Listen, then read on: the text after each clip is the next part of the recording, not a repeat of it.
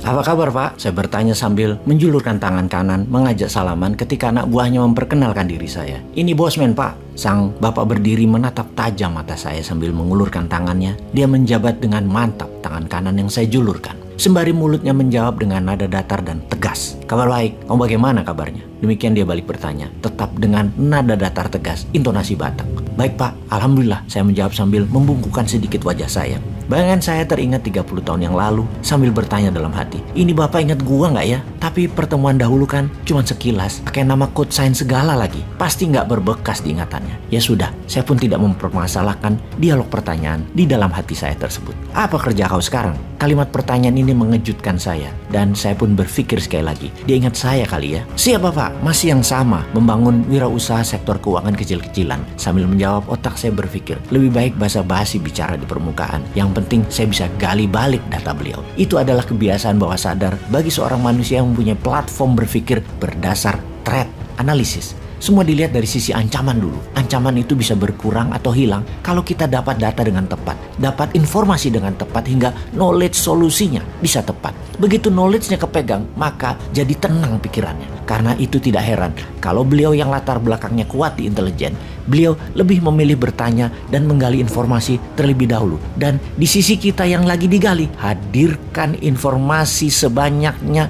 yang membuat beliau nyaman. Dan pastinya data itu bukan data terbenar tentang kita. Apa jenis keuangannya? Demikian pertanyaan selanjutnya darinya keluar bernada Batak yang kental. Nah, disinilah kuncinya. Kita jelaskan apa yang dia mau, bukan apa yang kita sebenarnya. Karena kita harus korek dulu data beliau nantinya. Barulah apa yang kita maui kita samakan dengan apa yang dia maui. Itu pasti jadi sesuatu. Setidaknya hatinya nyaman dengan kita. Dialog ini menjadi penting bagi saya tentunya berhadapan dengan seorang senior yang berpengalaman panjang sebagai pejabat ataupun sebagai pengusaha ataupun sebagai profesional dalam perjalanannya sebelum masuk ke dunia usaha dan menjabat. Pastinya saya tidak bisa cari informasi tentang dirinya, tentang mimpinya, tentang nyamannya, tentang maunya apa beliau ini selama saya lagi di-drill olehnya seperti sekarang ini, dibombardir dengan pertanyaan berbasis informasi olehnya. Saya harus cepat-cepat membuat dia nyaman dan menurunkan perisai pertahanannya, baru saya akan balik bertanya, drill balik dia. Bertanya model drill begini, mencari informasi, posisi dia sesungguhnya adalah dia mengangkat tameng perisai proteksi dirinya tinggi, sangat tertutup, full defense. Untuk membuat perlahan turun atau melepaskan tameng seseorang,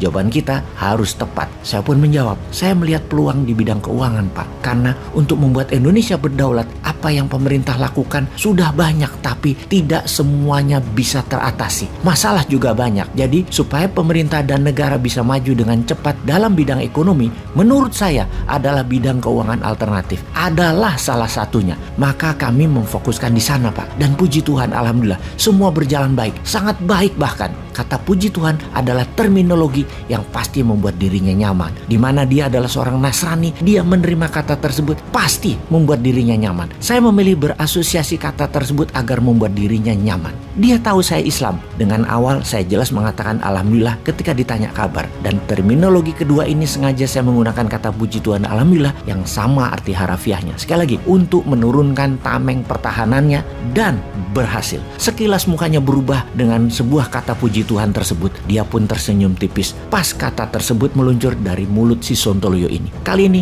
intonasinya menurun. Usaha macam apa pula itu? Nadanya setengah bercanda karena dia mengatakan dengan mata berbinar dan mulut tersenyum tipis. Inilah momen yang kita tunggu-tunggu. Tameng pertahanannya mulai diturunkan rendah sekarang. Yes! Kata saya dalam hati. Waduh, perlu waktu 5 menitan dan jelasinnya. Bapak kan sibuk, apa sempat? Dia pun berkata, cukup, saya santai kok. Demikian dia memastikan santai tersebut. Wajahnya menatap 3 asisten di ruang kerjanya untuk memastikan jawaban sambil setengah mendongakkan wajahnya, meminta dukungan jawaban ke asistennya yang diangguk dan dikomentari satu asistennya. Iya, Bapak ada cancel meeting, jadi kosong sekarang jadwalnya. Izin menjelaskan kalau begitu. Saya memulai dengan sedikit masukan informasi. Kita kan tahu bank tugasnya menyimpan dana masyarakat dan menyalurkan kembali ke masyarakat.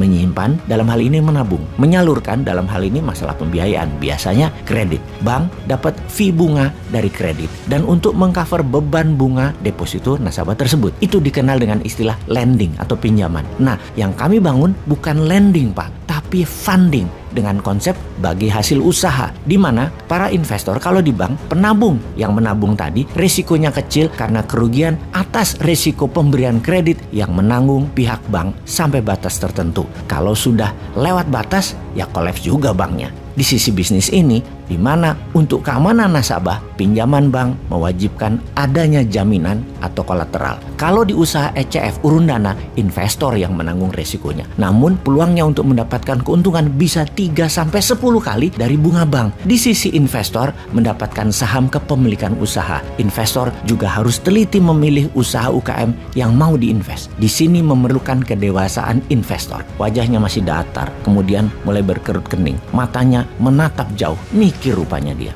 Saya lanjutkan monolog saya. Kita menarget UKM, di mana UKM di Indonesia kelas menengah ada sekitar 3 jutaan pengusaha dari data yang kami peroleh. Dari 3 juta pengusaha tersebut, itu pun kecil yang punya jaminan untuk dipinjamkan ke bank. Mungkin hanya 7%. Sisanya, kalau perlu pendanaan, sangat sulit. Ke bank tidak bisa, jadi perlu private investor. Kalau IPO ke bursa efek pun sulit karena omset perusahaan UKM kelas menengah tersebut belum mencapai syarat untuk bisa IPO di IDX. Itulah sektor keuangan yang kita sedang kembangkan, menarget UKM namun yang kelas menengah. Belum bisa ke kelas yang kecil atau mikro, Pak. Model bisnisnya adalah pendanaan umum ala IPO berbasis urun dana, equity crowdfunding istilah kerennya. Targetnya pembiayaan usaha menengah untuk bisa scale up menjadi besar. Nama perusahaan kami adalah Santara, Pak. Alhamdulillah saat ini menjadi perusahaan terbesar di Indonesia di bidang pembiayaan UKM kelas menengah. Walau secara kebutuhan pasar pembiayaan masih sangat kecil, baru menutup 0,1% pemenuhan kebutuhan pasar pembiayaan tersebut. Kali ini wajahnya berubah. Tidak bertanya, tidak bergeming.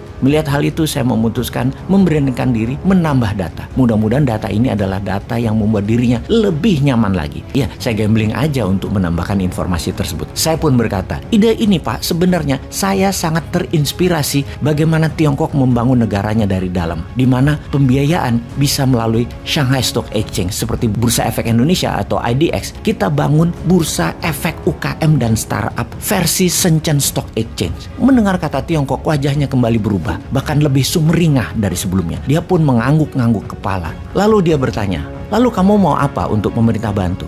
Bagi saya, pertanyaan ini di luar harapan saya, bahkan lebih. Yang saya jawab cepat, pemerintah kalau bisa mempromosikan bursa UKM ini lebih kencang lagi, lebih masif lagi, agar semua UKM kelas menengah yang ingin pendanaan ada alternatif, yaitu dengan urun dana dan bursa secondary. Setelah Indonesia resmikan dengan target ketika opening di tahun 2023 tahun depan, ada lebih 200 perusahaan UKM kelas menengah melantai di bursa efek UKM terbesar di dunia.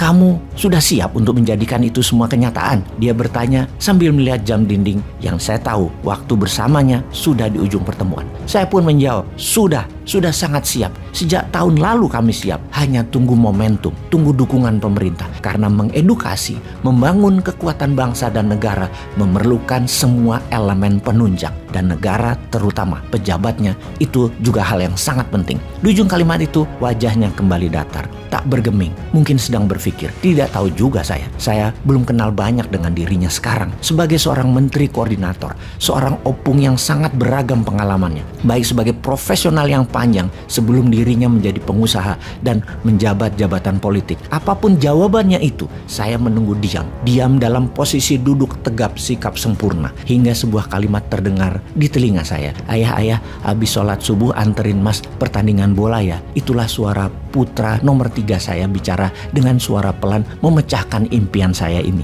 Saya pun ucek-ucek mata, beringsut bangun sambil ngomong dalam hati, ini ngimpi kok jelas bener ya, kayak beneran, sampai nggak bisa bedain mana reality, mana imajinasi, mana lamunan.